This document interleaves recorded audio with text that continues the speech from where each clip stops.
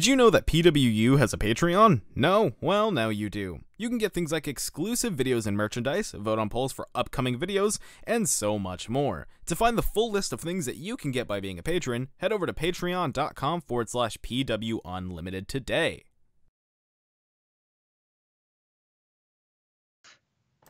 Hey guys, it's Tim, and this is Pro Wrestling Unlimited, as we're here with another Monday Night Raw review, Monday, May 21st. What's going on, Nick?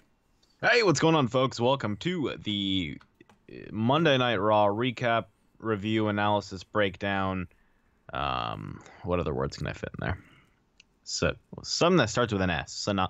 Synopsis? Synopsis, that's a SAT word. For the week of May 21st, 2018. What is going on? Alan, Julio's something, that's a long name, and Jennifer 101, not to be confused with Zoe 101. Oh, Lord, Zoe Great 101. Show. Hey, you know they're bringing Ed, Edd, and Eddie back? No. Yep, animated. Well, of course it's going to be animated. It's always been animated. No, but like shitty animation now, like. You know what pissed me off? Teen Titans Go? No, have you seen the new Thundercats? Oh, really? It looks like damn Steven Universe. That sucks. They've ruined the Thundercats. Anyways. And I just texted you the picture of Ed, Edd, and Eddie, what it's going to look like. Oh, nice. All right, so Monday night. Well, hold on. Monday Night Raw. Oh, yeah, that's typical Ed, Edd, and Eddie. No, it's not. Before Yeah, they were, well, also they look like they're 3 years old. Well, other than them looking younger, it almost looks the same. They just look a lot younger. I guess it's just, updated technology. Now they have the ability to make it look better. Anyway, Monday Night Raw, that's a thing. Hello, Jeff Guevara. All right, so Monday Night Raw kicked off with Kurt Angle coming out saying he had some major announcements, some huge news. He said that tonight there will be a contract signing between Nia Jax and Ronda Rousey. Mm-hmm. Kurt Angle said that he was also announcing a fatal four-way match tonight for the Money in the Bank women's qualifying. It was Dana Brooke, Liv Morgan, Sarah Logan, Natalya, and before he can go any further, Stephanie McMahon came out, and Michael Cole said, guys, tonight's theme is interruption. At least for the first hour, the theme is interruption. So Stephanie comes out, and she's all nice with Kurt, and she's like, I forgive you for WrestleMania, and let's put the past behind us. And the fan starts chanting, you tapped out, and she goes, yes, I know, I did tap out. It happened. And then I'm like, what the hell is Stephanie take some somas or something? What is that? Freaking drugs that just make you all nice and happy and high as a kite. Gotcha. And so she said something along the lines of, Kurt's a leader. He's the leader here on Raw. He's in charge of Raw when she's not there, but she's there, and she's taking charge. She's going to be the one in charge of the Nia Jax Ronda Rousey contract signing tonight. Angle said that he agreed with Stephanie that he could use more guidance. And Stephanie said Angle has given Roman Reigns way too much latitude, and that's going to end tonight.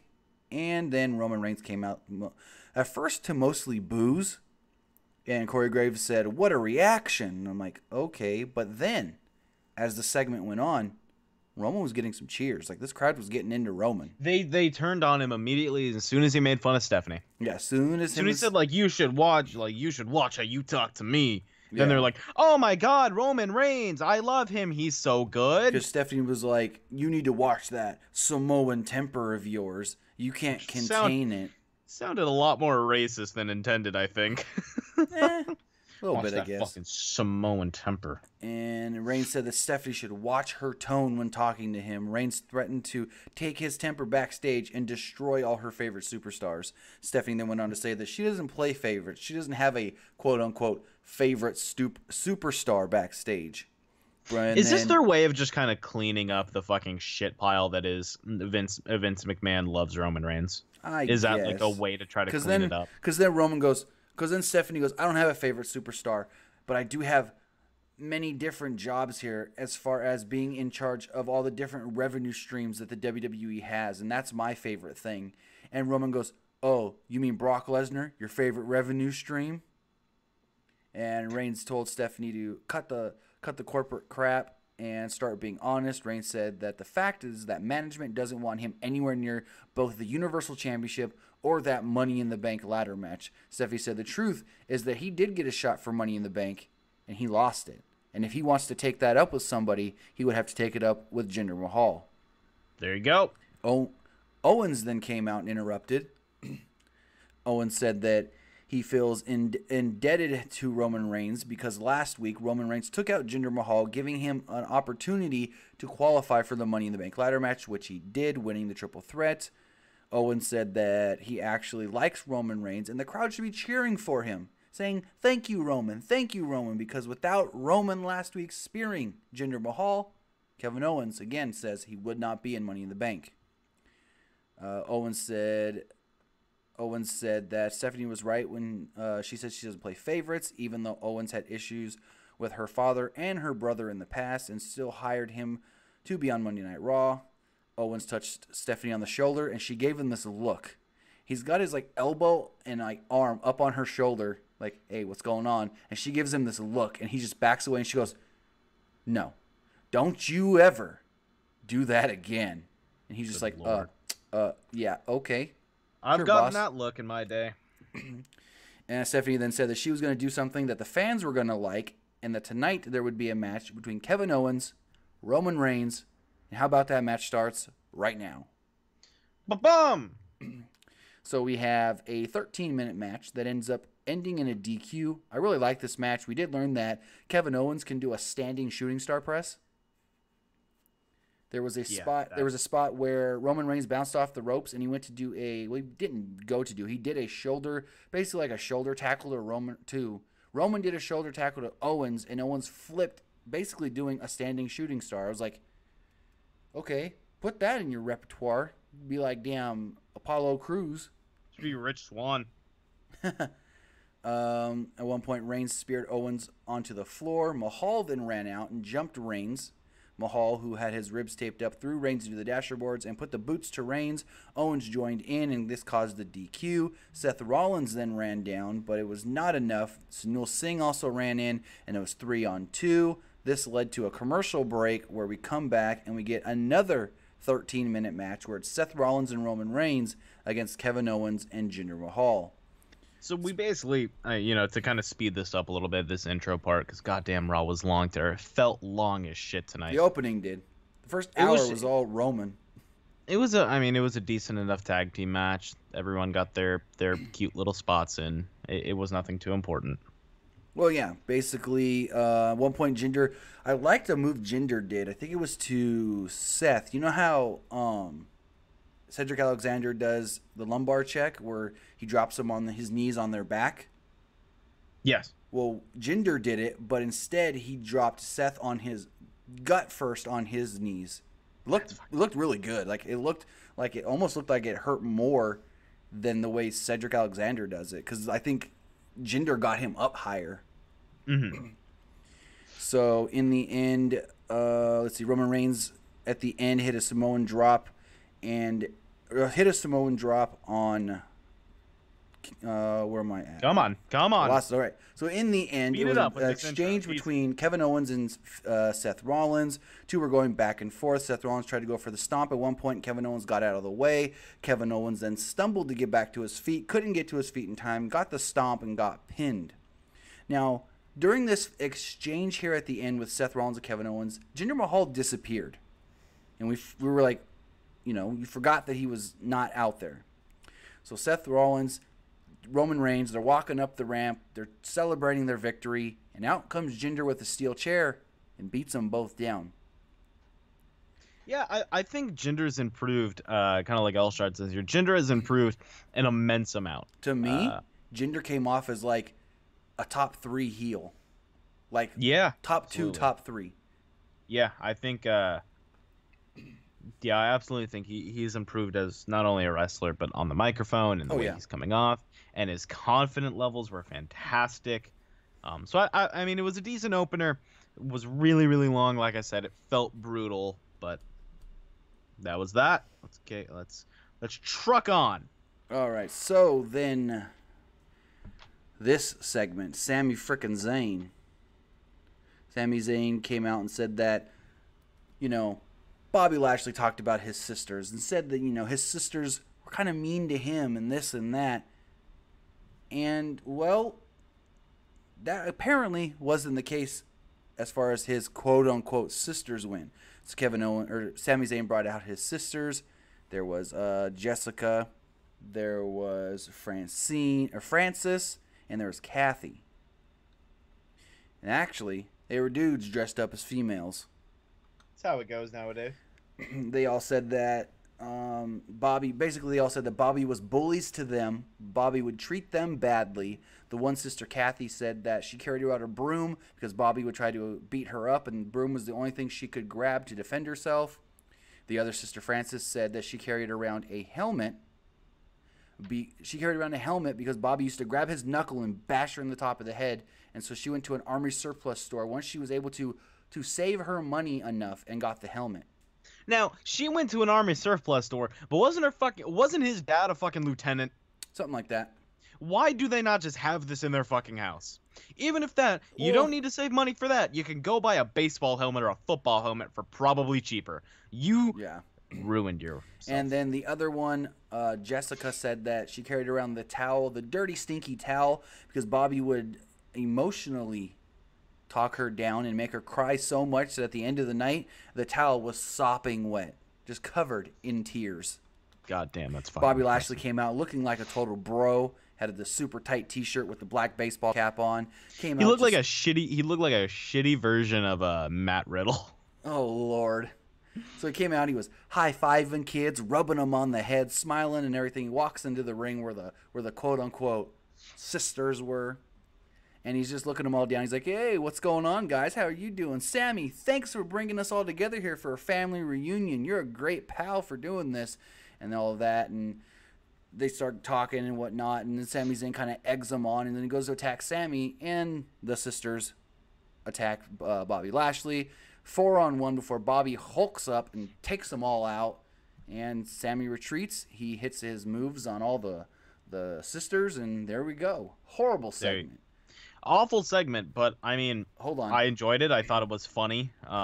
Per Nicholas just told me something. I hadn't seen this yet. Per PWUnlimited, WWE pay-per-view is going to 4 hours. Will start at 7 p.m. now. Fuck! Are you fucking kidding me? Nicholas just told me PWUnlimited reported it. I hadn't seen it yet. I'm going to the PWUnlimited website now. Yes, PWUnlimited is reporting. Fuck. I'm going to read this here. I'm loading. Are you going to use this as a news clip? Maybe. PWUnlimited states the following. With WWE moving to co-branded pay-per-views featuring talents from both Raw and SmackDown, one of the most asked questions among readers is whether WWE intended to extend the length of the pay-per-views to accommodate all the talent needed on the shows. PWUnlimited has been told by several sources that WWE reached out to international broadcast partners, including Sky TV and In Demand pay-per-view, to inform them that pay-per-views will now be starting an hour earlier. We're also told that the major events, as far as SummerSlam and Survivor Series, WrestleMania, Royal Rumble, etc., could also run longer, starting an hour earlier. In Demand's website right now currently lists Money in the Bank as starting at 6:30 p.m. Eastern, and they can carry the final 30 minutes of the kickoff show leading to the pay-per-view if they feel necessary. So yeah, pay-per-views are now going to start even earlier. They're all now going to be 4-hour pay-per-views. That's brutal. With the big four now possibly being 5 hours. That's legitimately brutal. And you know the reason for this, right? Why? Because they want to be able to go to their investors meetings and say, look at this. There's even more people now watching the network. Look at all these extra hours that have been watched over the last couple of months. They did it. They did it with the investor call after WrestleMania. Mm-hmm. They were like, look, people are watching the network even longer. We have the stats to prove it. So, yeah, WWE moving their stuff an hour earlier. But that doesn't mean it's going to end an hour earlier. It's going to end at the same time. Crap. All right, so let's continue. Let's get back to Raw. So Ember Moon comes out for her entrance. Go to commercial. As we come back, Alexa Bliss is being interviewed in Gorilla by Renee Young. Charts, yes, you will. Yes, you will. You absolutely will. If it's good enough, you're going to fucking do it. Yeah. So Anyway. Renee Young's asking her about, Ember Moon defeated you in her debut match. Yes, it was a tag team match, but she still pinned you. Alexa Bliss said, well, I wasn't ready for Ember Moon because before that, I didn't even know who Ember Moon was. I've never heard of her before. Bliss then said that in 410 AD, Rome, where Versace, she said some Italian name I don't remember. She said, destroyed the entire city. They had the element of surprise. Bliss said that Moon beat her because she had the element of surprise in Alexa not knowing who she was. So then we had Ember Moon versus Alexa Bliss. Match went about 8.5 minutes.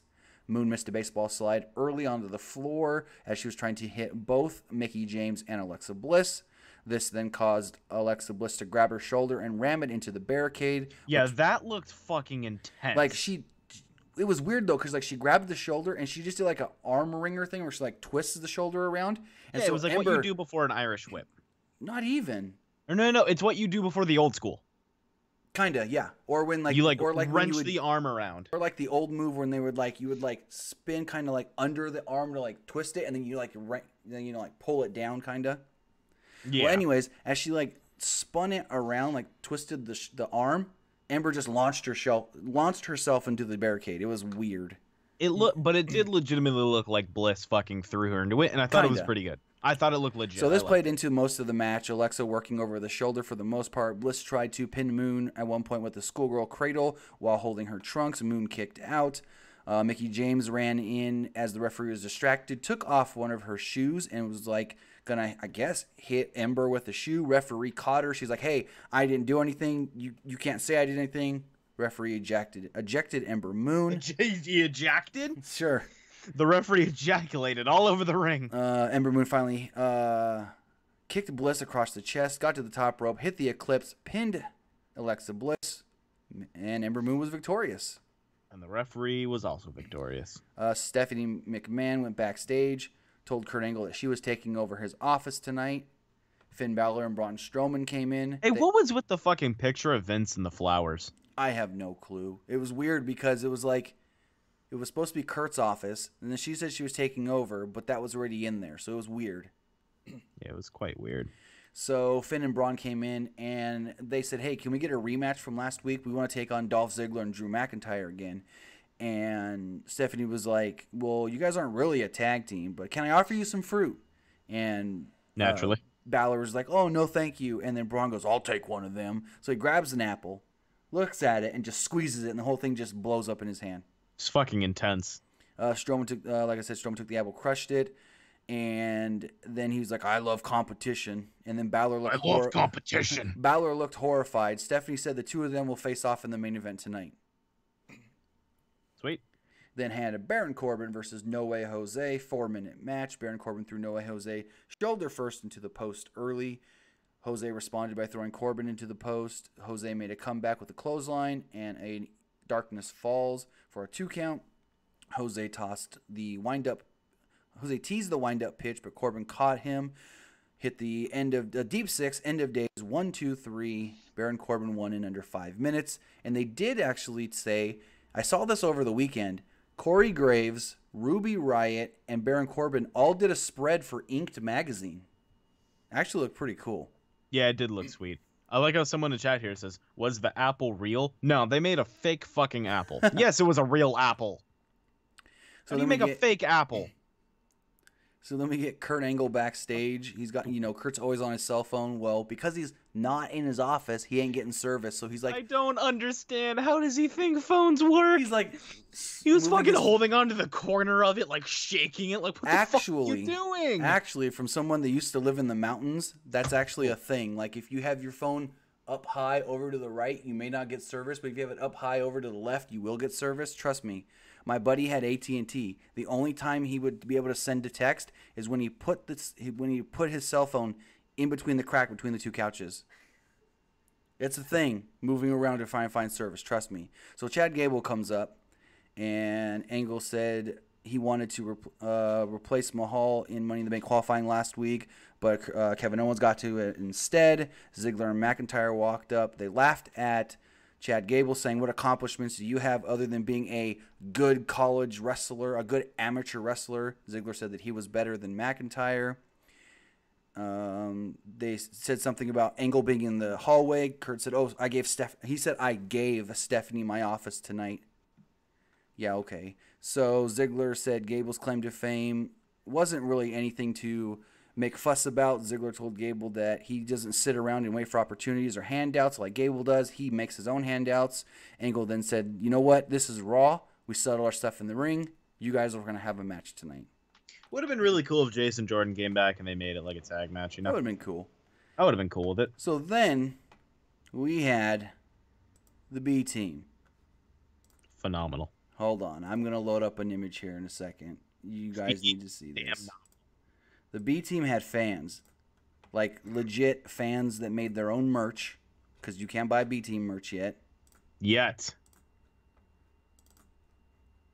Can't buy it yet. Look at this. These two people sitting at ringside, basically, at the end of the ramp, damn near, made their own B team shirts. They got the B's painted in with a Sharpie. Like, these people were proud, and they got a perfect shot of them. Like, wouldn't you be proud? Heck yeah. So we had the B team versus Breezango. Match was very, very quick. I don't think it went even 2 minutes. Tyler Breeze and Fandango did an interview showing off their new T-shirts, which is basically fashion tickets or whatever you want to say. They then said the B team was not the B team, and basically Axel pinned Fandango with a reverse 3D in less than 2 minutes. And then they celebrated like they just won the freaking tag team titles. They ran all around the ring. They ran up the ramp. They jumped on top of the announce table. Curtis Axel, no, I think it was Bo was humping the announce table. Do you know what they are? What? They're undefeated. Oh, Lord. I fucking tweeted that out, and it got mediocre attention. Wow. So they then grabbed one of the 3 chairs at the announce table, and they rode it down like Stone Cold the ramp, did. basically. And then Corey Graves goes, "These guys are on such a roll, they're going to go to Disneyland." I fucking hope so. Please go to Disneyland, kids. So then we get the contract signing. Ronda Rousey, Nia Jax. And Stephanie, the whole time, was like, "Ronda, WrestleMania's in the past.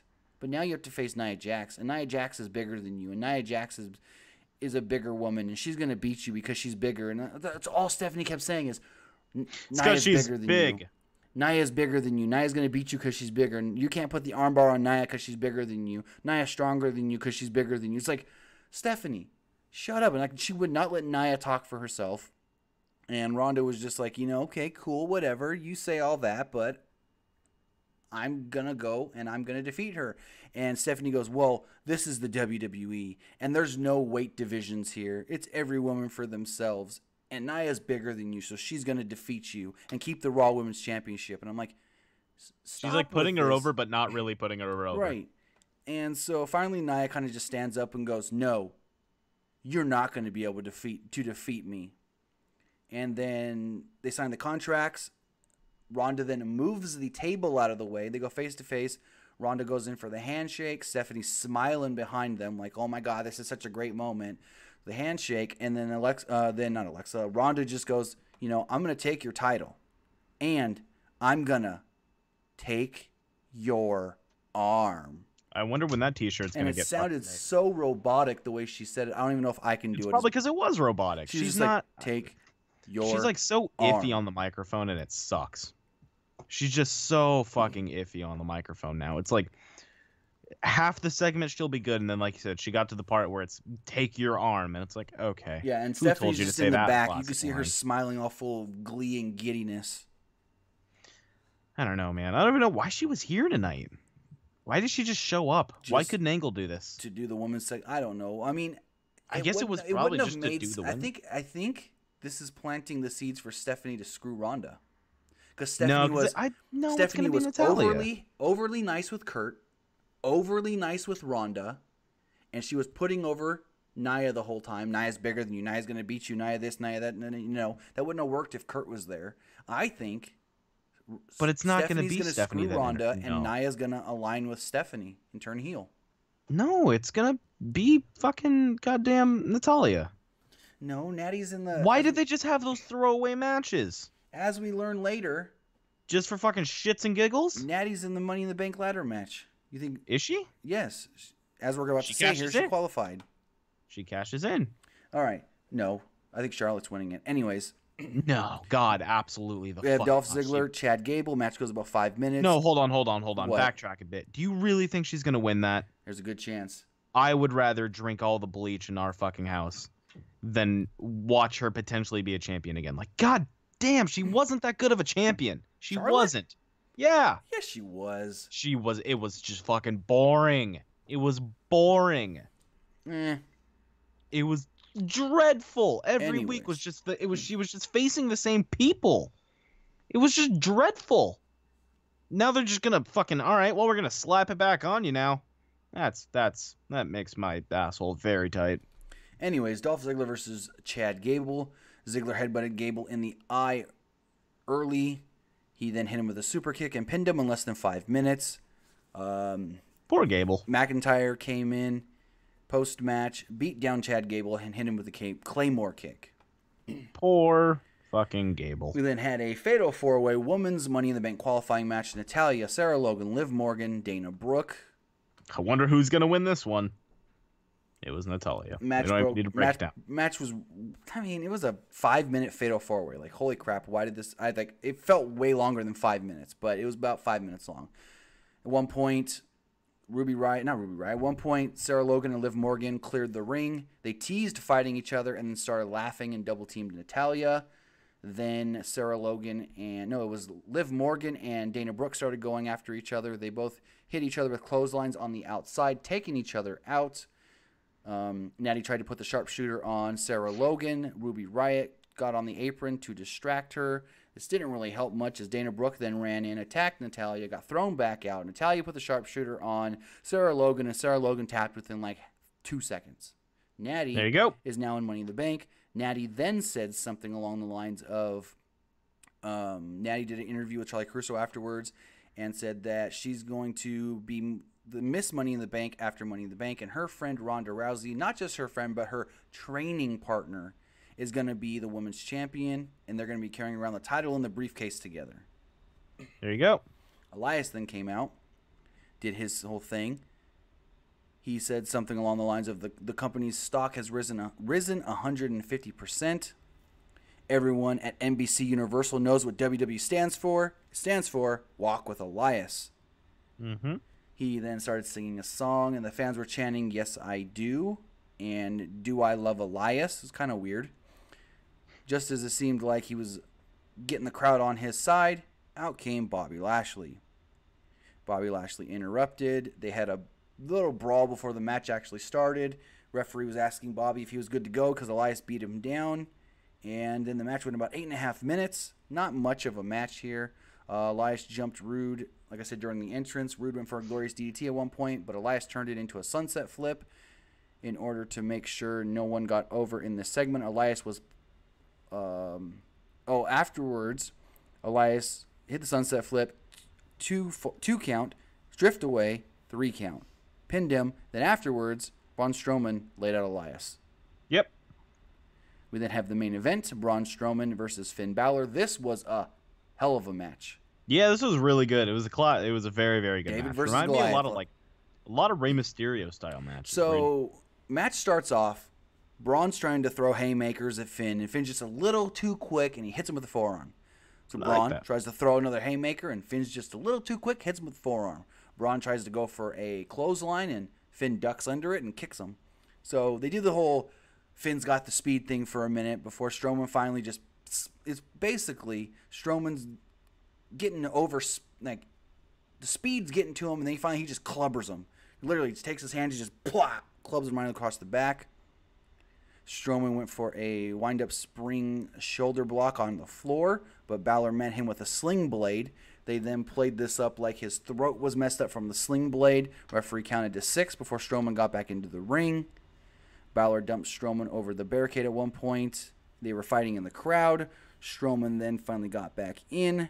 The two went at it for a while until Finn climbed up to the top rope. Looked like he was going for the coup de grace, but then Strowman grabbed him off the top rope, put him in the power slam, hit him with 2 running power slams, pinned him. There we go. Then after the match, He did his whole thing. Because usually when he's against a heel, he'll pick the heel up and he'll slam him. If the crowd cheers, he'll slam him again. So he picks up Finn Balor like he's going to slam him with another power slam. And Corey Graves is like, oh, Braun, please don't do it. Please don't do it. And then he just sits Finn into the corner. So there we go. And that's how Monday Night Raw ended. Yeah. For those of you that are now joining, I'm very sorry. We went live early. Look at how everyone's showing up now because it's 9 o'clock. Yeah. We're actually done. Dumb. But if you guys stay right as the stream ends, if you guys just stick around, the replay will start immediately and you'll still have chat. Yeah, so it'll be up within like 5-10 minutes. No, it plays automatically if you stay. Oh, does it? Once you stop, it plays automatically. Oh, I did not know that. Yeah, so if you just stay in the window, and for a little bit, once we stop going live, I'll stay in chat as well to talk to you guys and answer some of your guys' questions. Just because I feel bad that we had to end ASAP. But, I mean, Tim has stuff to do. He has some important stuff to do. Anyways. So, thank you guys so much. I have been Nick. You can follow me on Twitter at PWU_Armstrong. You can also follow us on Twitter at PWUnlimited and on the Patreons at patreon.com/PWUnlimited. Tim, where can they find you? You can find me on Twitch and Twitter at TimmyBuddy. Also, go check out our friends over at Fightful.com if you need any kind of WWE, Ring of Honor, TNA, any kind of wrestling news, MMA, boxing. They're the guys to go get it from. Also, you can find them on Twitter at Fightful Online or at Fightful Wrestling. We will be live again tomorrow after SmackDown. If you guys want to know everything going on with SmackDown right now as far as like the Fox deal and everything, we do have a couple videos up on our channel. And also, check out our new series. Well, it's kind of new. It's a revamp. It's called Wrestling a Wrap-Up. What it basically is I'll give you one 5 to 6 minute video. Not going to be too long, but you get a bunch of news in one quick shot. So go check that out as well. It's going to be Mondays, Wednesdays, and Fridays. And if the views are there, if you guys really want more videos like this, like more where it's like multiple news stories at one time, then maybe I'll make it Monday through Friday. But for now, it's just going to be Monday, Wednesdays, and Fridays. But hell yeah, that's going to do it. Yeah, for sure. Thank you guys so much. I'll stay in chat during the replay. I could be in chat. Tomorrow we will be live normally at 9. Yeah, I believe so. Should be normal We will time. be live normally at 9. And if anything changes, follow us on Twitter at PWUnlimited. Yeah, because I sent the tweet out before we were even live. Right before we went live. Thank you guys, and we will see you guys tomorrow for the Tuesday night SmackDown live recap, analysis, breakdown, synopsis. Hey, we may have to start going live on Friday nights in a year and a half. Oh, you're right. Yep, SmackDown moves to Fridays. We'll see. We'll see. Have a good night, guys. See you later, fellas.